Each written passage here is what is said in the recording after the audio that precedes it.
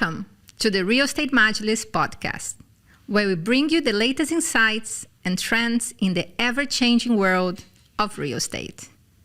Whether you're a seasoned investor, a first-time buyer, or simply interested in the world of property, our podcast is designed to provide you with valuable information and expert advice.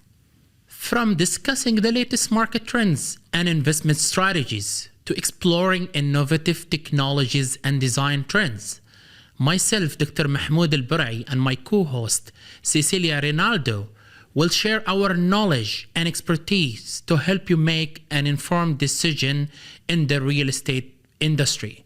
So please sit back, relax, and join us as we explore the fascinating world of real estate on our podcast.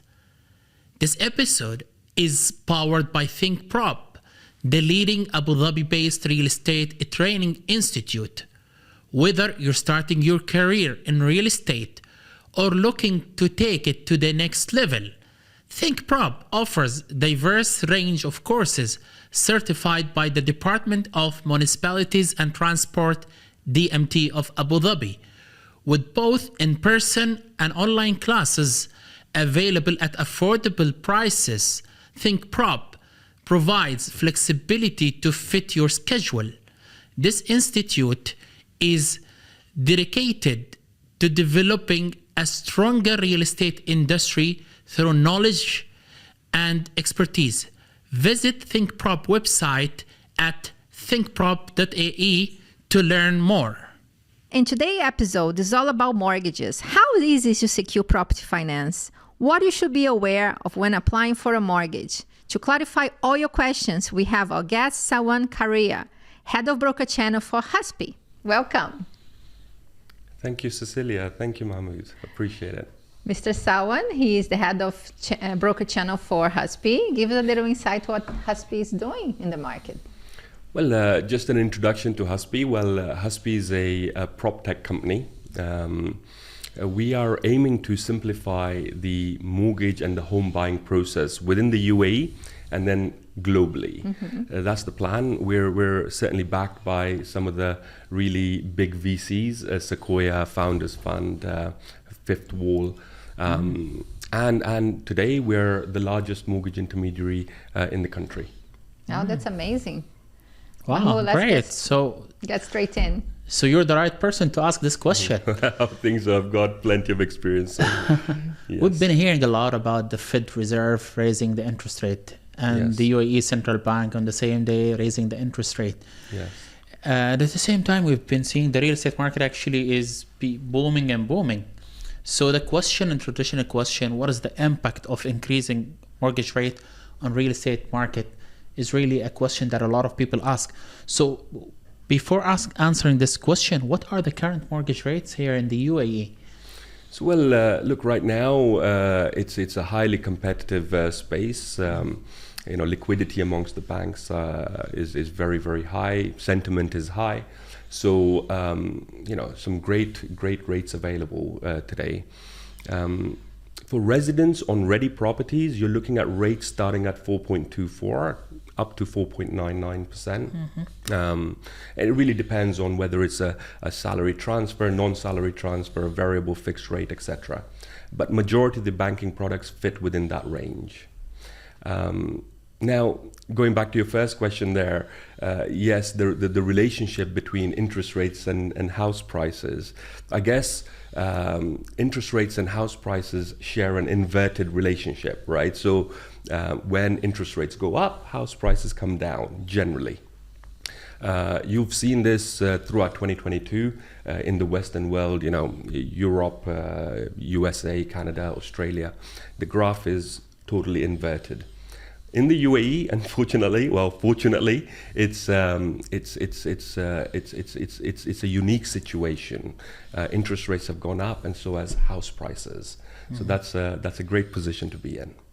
And you still see people really looking for mortgages here in the UAE, or we see more of cash buyers, more of people who take the down payment offers from developers? What is the ratio? No, we see, the latest. It's a very difficult data to decipher, I guess.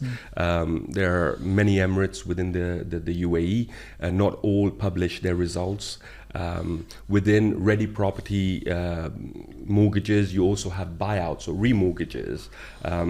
And you also have scenarios where you have a single land title deed with multiple units, so very difficult. But as per the DLD data for last year, you're looking at about 57% in cash and 43% through mortgages. There's been a huge increase in cash purchase interest over the last 12 months. But still, this is nothing, right? If you look at any mature market, like as you said, the US, Europe, mortgage represents what, 90% Yes. of the real estate transactions, where we are under 50%. So it would be fair to say the mortgage market here, it has not reached its full maturity, right? Yeah, I totally agree. There is a lot of scope. The UAE is attracting a lot of individuals with a lot of liquidity. So there has been an increase. A couple of years ago, we saw that percentage tipping the other way, where mortgages represented 55% of the transactions. Which it should be. Yeah. It should be the case, right? Yeah, and I guess with the influx of people and the money coming in, we've seen a lot more cash activity in the market. Now, I want to pick up the conversation on the interest rate, right? So 4.3% average. Yeah. I know it varies from bank and different conditions. A lot of people think this is a lot, right? Again, I get a lot of people saying, oh, the interest rates are very high. Should I wait? Should I not buy? But if you look back in time, and you correct if I'm wrong, I think like in 2007, mortgage rates were around 7%. Yeah, even higher. Higher, right? Yes. So we are not at all even close to what the highest is being in the UAE. What was the trend? Would you remember where does it started and what was the peak? Look, we had interest rates at as high as 9%. Right. Yes. Back in 2000, post the crash. Sure. And now interest rates have dropped. Last year, the 3-month EIBOR, Yes. January last year, was sitting at 0.29, 0.3%. Exactly. Today at 5.13%. Right. So it's certainly gone up significantly. Having said that, I still think that there is huge opportunity, right? Absolutely. Because your rental yields today are still between 6 and 10%. Correct. So it makes sense, and there is still a decent ROI even after paying your mortgage payments as an investor. So if you break down the first-time buyer, right? Because you have a first-time buyer condition, then you have, if you already own a property or mortgage, if you want to buy a second property, there is different conditions. So how does that play out? There is a difference between expats, UAE nationals. How does that work? It's a great question. So central bank put out some guidelines a few years back.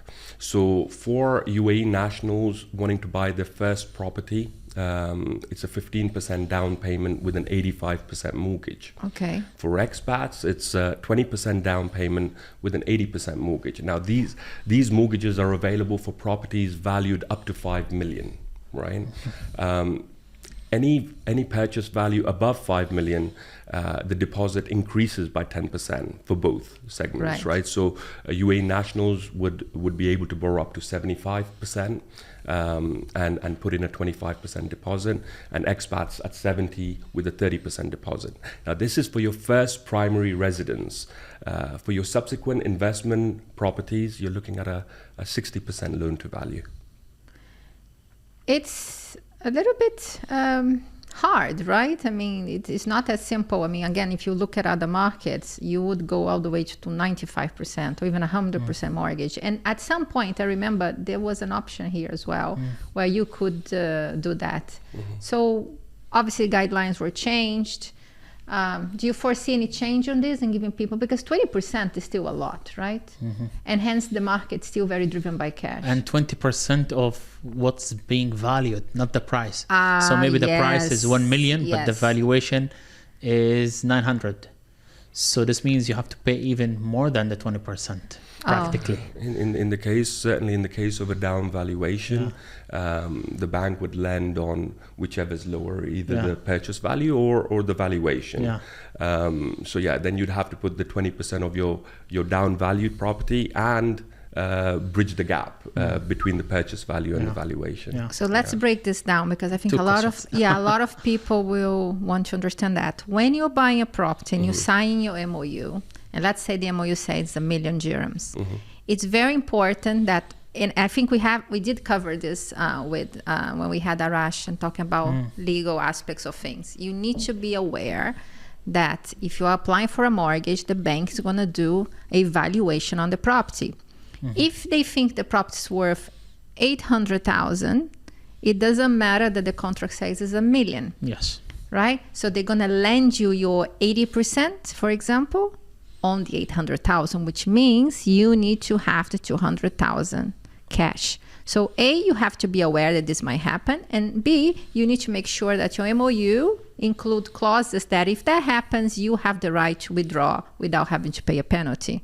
Did I get it right? Indeed, that is spot on. And I think the only way to mitigate that down valuation is through that clause in the contract that allows the buyer to pull away if they're not able to meet the purchase requirements. What about when people would want to cancel or pay off the mortgage? Is there any penalties that people should be aware? What is the process with the bank when you are settling the early settlement? Right? Yes. Well, it's now standardized again as per central bank guidelines. So it's either 1% or 10,000, whichever is lower, right? So you could have a mortgage of 10 million, you'd only pay 10,000 dirham to early settle that mortgage. If you have a mortgage of 600,000, you pay 6,000 dirhams as an example. So it's 1% or 10,000, whichever is lower. There are many banks that also offer options of settlement after a certain period for free and allow you to make overpayments, 20, 25, 30% overpayments per year, which reduces your liability without any penalties. Right. I want to go back to the pre-approval. So what is the process of pre-approval? Does it take time? And does it mean always that this is exactly what's going to happen, or things may change in between?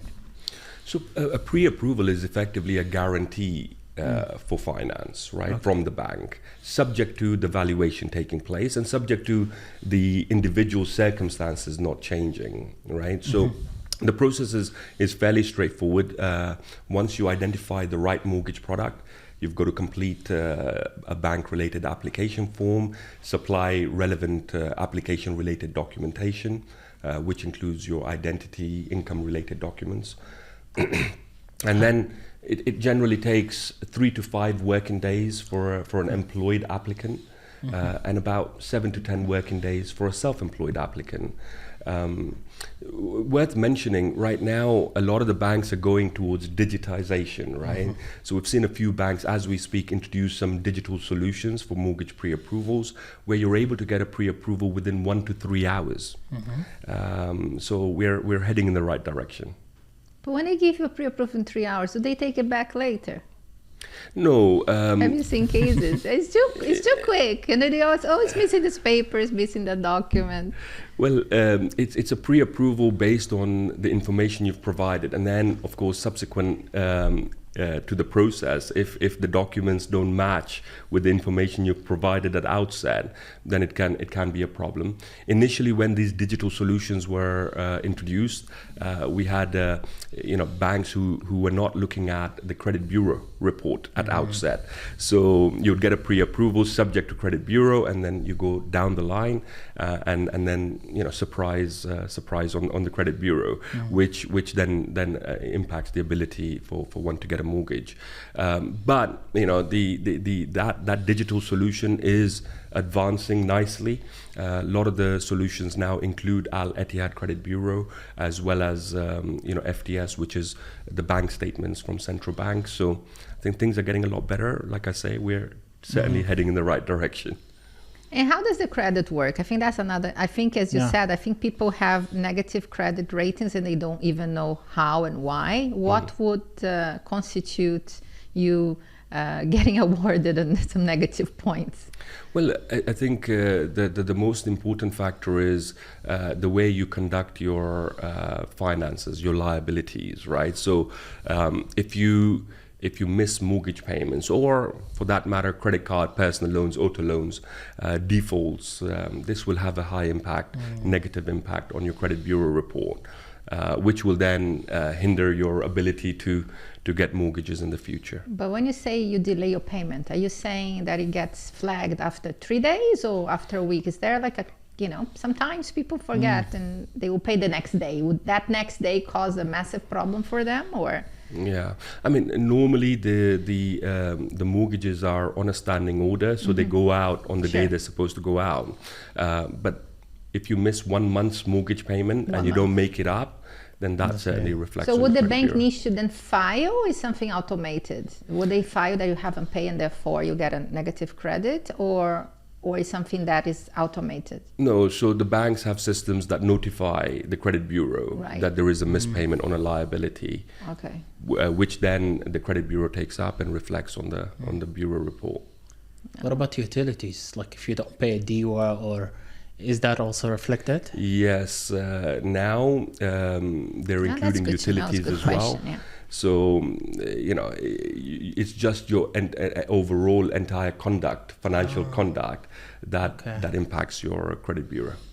So I need to watch for that. Yeah. No, absolutely. And also when you buy, and I think I'm going to, as head of a broker channel, I'm sure the brokers would say that before you go on viewings, get your pre-approval done. Indeed. Do you think that's the right thing, or people should go look for a property, zone in on a property and then apply for the pre-approval, or they should first understand what's their abilities and then go and look for a property that fits that criteria? Which one? The chicken and egg, who comes first? It's a great question. I guess, look, we are in a seller's market today, right? Yes. So when there are good deals in the market, they don't sit around. Yes. They will get snapped up. There's plenty of buyers out there. So we do recommend that you get your pre-approval before you commit to your purchase contract, which is super important, because if you commit to the purchase contract and then are not able to get finance, you could risk default there. So it's always wise to get your mortgage pre-approval in place. The pre-approval has generally a validity of 30 to 45 days. Plenty of time, Plenty of time to go and shop, I guess. What are the scenarios that may disqualify you from getting a mortgage here in the UAE? So there are a few. One of them being negative credit history, I guess, because not only mortgages, but that will hinder your ability to get any kind of even unsecured loans in the future. There are certain, let's look at employed and self-employed. Let's look at those segments. For employed applicants, there are certain high-risk industries that the banks restrict, such as gold and diamond, as an example. Any employment where it's commission only could be tricky with the banks. Okay. For self-employed, you've got to have a minimum trading history of at least 1 year. It's just not, if it's less than 1 year, it's just not enough to assess your affordability. Okay. And I guess the final one being, non-residents who come from sanctioned countries. Unfortunately, those are still restricted. I mean, on non-residents, because we have a question on that. So Yes. non-residents in general, there are certain restrictions, right? Is it easy as a non-resident to get a mortgage to start with? Well, I think really it's become a lot easier over the last couple of years. So non-residents generally require a 25 to 40% down payment or deposit. Okay. But there are a couple of banks in the market that have introduced these low doc policy mortgages, where it just becomes a lot more, it's a lot easier to accommodate non-residents. A lot of the non-residents with different tax rules in their own jurisdictions, it can get a little bit tricky, but with these low doc policies now, it's minimal documentation, and you can borrow up to 60%. So all the banks giving non-residents, or only few banks? No, it's limited to a few of the banks. More of international banks, right? No, not necessarily. HSBC, International Bank, is certainly offering non-resident mortgages. You've got a few local banks offering non-resident. CBD is offering, RAC Bank, Emirates NBD, etc. Okay. What about off-plan mortgage, right? We're talking so far about something that is ready, but a lot of people are buying off-plan, but when they reach the 50%, they feel like they need some aid. And again, the developers are getting more aggressive, asking 70, 80% before handover. Mm-hmm. So is there any facility that people can, at certain milestones of the payment plan, secure finance during off-plan? Yes. So just going back a little bit, Central Bank has a guideline where in order to finance off-plan properties, clients must make the first 50% before the banks can finance the balance 50%, right? Okay. Now, this opportunity has been very, very limited over the last few years, simply because, of course, a lot of the payment plans were heavy on the back end. So, for example, you pay 20 or 40% during construction and 60 or 80% on handover. So the under construction finance play just doesn't come in, Yeah, right? Sure. Now, like you say, Cecilia, it's now changing, Yes. where it's more heavy on the front end. So we believe that the opportunities for under construction finance will only increase in the coming years. Today, you're looking at interest rates at around about 7%. Oh, so a it's lot higher. than Why? the ready Because it's riskier, yeah? Well, the pricing is generally based on risk. Well, but at least the opportunity is there. If people are struggling, rather than getting to default with a developer, it's an option, right? Yeah, but we see a lot of developers are actually becoming more flexible. Like they make the payment post-construction. So they give you a payment plan in an easy way. So you cover 50% and then the property is ready. Then after it's ready, you have more chance now to mortgage it as an existing property, right? Yeah, rather than an off-plan. Indeed. So, the payment plans that are post-handover payment plans, in order to get a mortgage on these type of properties, you must prepay the post-handover payment plan at the time of handover. It gets more complicated in this case, Yeah. I wouldn't say it's too complicated. I guess the processes are very similar. It's just, in fact, some developers are also willing to negotiate and give some discounts for prepayment on handover, particularly on those post-handover payment plans. But no, that is quite common. Sawan, to conclude, you mentioned that you still think the current interest rates are as good as you can get. You obviously hear that we are expecting still further increase on interest rates, and then they will go, suddenly they're going to stop to increase and go back to certain levels. What's the landscape looking like over the next 12 months? Should people wait? Should they go for it? So, well, look, we are pegged to the US dollar, obviously. So every time the Fed raises their interest rates, our interest rates go up. The anticipation is that we are now coming towards the peak of interest rates. They should flatten out over the next sort of 6 to 12 months, and then we should start to see a decline in interest rates. There are many economic global factors that play part to how interest rates move. So it's anyone's guess. But as of today, the guess is that it will stabilize out over the next 6 to 12 months and then start dropping. If there is any advice you give for people who are looking for mortgage, do's and not to do, what will be these things? Briefly. Well, I think the first thing, I think a couple of bits of advice there. First is, try and work with a mortgage intermediary. This is important because they can scour through hundreds of mortgage products and give you the best mortgage product for your circumstances, right? So this is important, rather than going to, we have a number of banks here, so going into each bank is a time waste. A lot of the intermediaries also get exclusive mortgage products on the back of the volume business that they do with the banks. So they will waive some of the fees and, Absolutely. The other thing I would suggest is, look, when you're looking at a mortgage product, the four main aspects of a mortgage product, it's not only the interest rate. The lowest interest rate is not always the best mortgage. True. All right. So the four most important aspects of a mortgage to look at is your initial mortgage interest rate. It could be a fixed or a variable. If it's a fixed, look at your follow-on rate or your revert rate. Mortgages are medium to long-term commitments, so important that you get a good rate throughout the mortgage period, right? Yeah, and this is a good one. Sometimes very the bank give you a great rate for year one, and then whoops, year two, you have a problem. This is really a good advice, by the way. Yeah, and then the third, look, there are certain costs associated with the mortgage, right? So your processing fees, your valuation fees, your insurance, life and property insurance.